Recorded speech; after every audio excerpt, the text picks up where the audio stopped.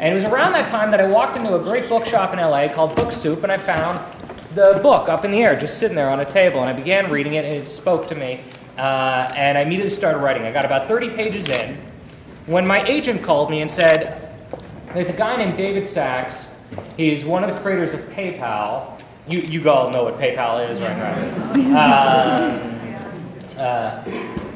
He and his partner sold PayPal to eBay for $1.5 billion. They now have some extra spending cash.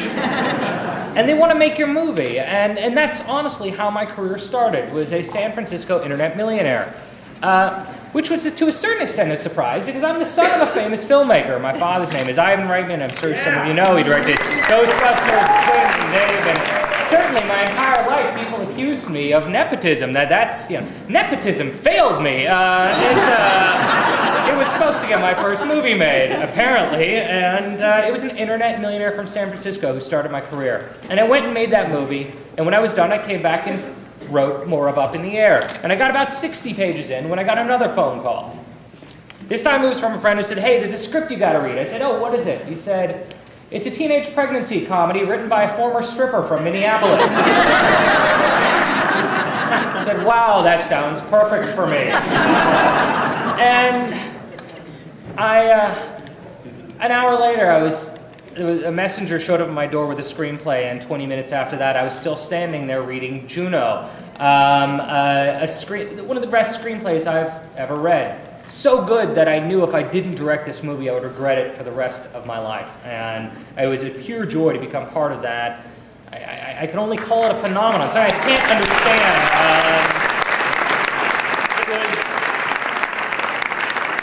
It was really only meant for film festival crowds like you, but all your friends went to see it too. And when I was done with that, I finally went back and I finished Up in the Air. I got to the end of the screenplay, and over that time, 6 years, my life had changed. When I first started writing Up in the Air, I was in my 20s. I was a single guy living in an apartment. By the time I was done, I had met my wife. I'd become a father.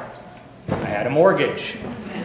I began to learn at least what in my life was important, and that affected this character's journey. What started out as a movie about a man who fired people for a living became the story of a man who's trying to figure out who and what he wants in his life. And it became a very personal journey for me.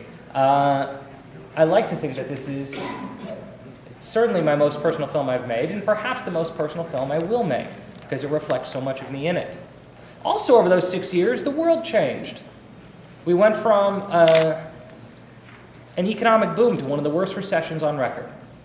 And I had to make one very serious change. I had written these satirical scenes of people getting fired, and that didn't make sense anymore. So I deleted those scenes. And I reached out to the community here in St. Louis. We put an ad out in the paper saying we were making a documentary about job loss. And we wanted people who were willing to come out and be on camera and talk about the idea of what Kevin talks in his song, the idea of searching for purpose on a daily basis. I was blown away by the amount of responses.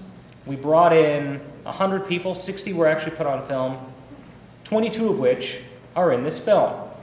So apart from a few of the actors you recognize, like J.K. Simmons and Zach Galifianakis, everyone who actually gets fired in this movie is someone who actually just lost their job, and is either from here or from Detroit.